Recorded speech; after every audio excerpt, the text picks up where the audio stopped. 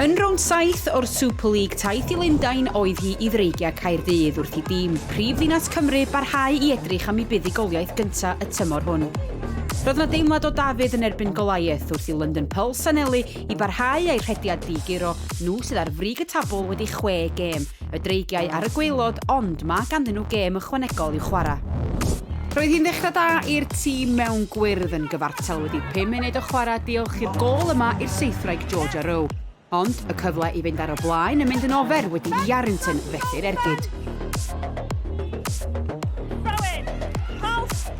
Wrth i gyfnod y pwyntiau dwbl gychwyn Pulse na thranteisio drwy saethu clinigol Nicole Brits. Ac Ddreigiau a Iarrington dynnu hi nôl o'r parth saethu dwbl. Pulse oedd ar y blaen wedi diwedd y chwarter cyntaf a hynny o 19 pwynt i 40. Pulse i ymestyn i fantaisa, chwarae clyfar a hyderus gan Nicole Brits yn defnyddio'r postyn fel chwaraewr mwyn cael ei hun yn agosach at y gôl. Cyfle i Georgia Rowe, dwylo da.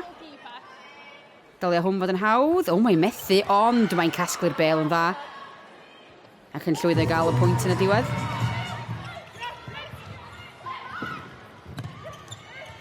Chwarae slick, lawr y cwrt gan Pulse yn hawdd fewn i Olivia Tasheen. Sgwni beth sy'n mynd trwy feddwl. Tîm hyfforddi y Ddreigiau wrth iddyn nhw gael y cyfle fan hyn. O'r parth pwyntiau dwbl a Iarrington yn hollol gywir. Sophie Kelly i Pulse, just yn ymestyn i mantais nhw. Wedi chwarae addawol yn yr hanner cyntaf o safbwynt y tîm Cymreig heb os nac oni bai fe ddangosodd Pulse pam i bod nhw'n ddigiro y tymor hwn.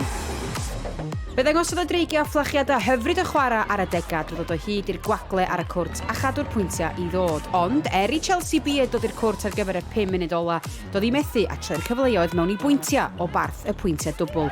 Fe fethodd hi ar 3 achlysur a 6 phwynt yn mynd yn ofer. Pulse oedd y fwyaf clinigol a nhw'n llwyddo i ymestyn i mantais. Advantage on future wing defence!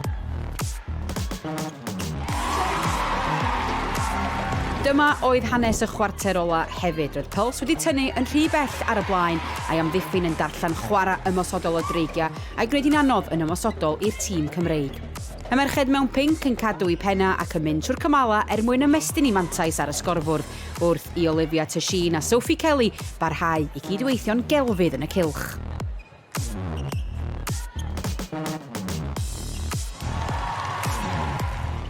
Cyfnodau addawol y chwarae gan y Ddreigiau yn y chwarter ola wrth i Chwane a Rowe gydweithio'n dda fan hyn. Noson Pulse oedd hi ymrif ddinas Lloegr wrth i Nicole Brits ddod yn ôl i'r cwrt i orffen y gêm mewn steil.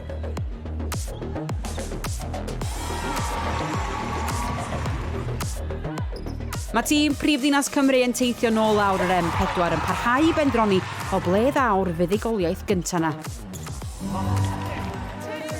Sgôr terfynol London Pulse 67, Ddreigiau Caerdydd 52.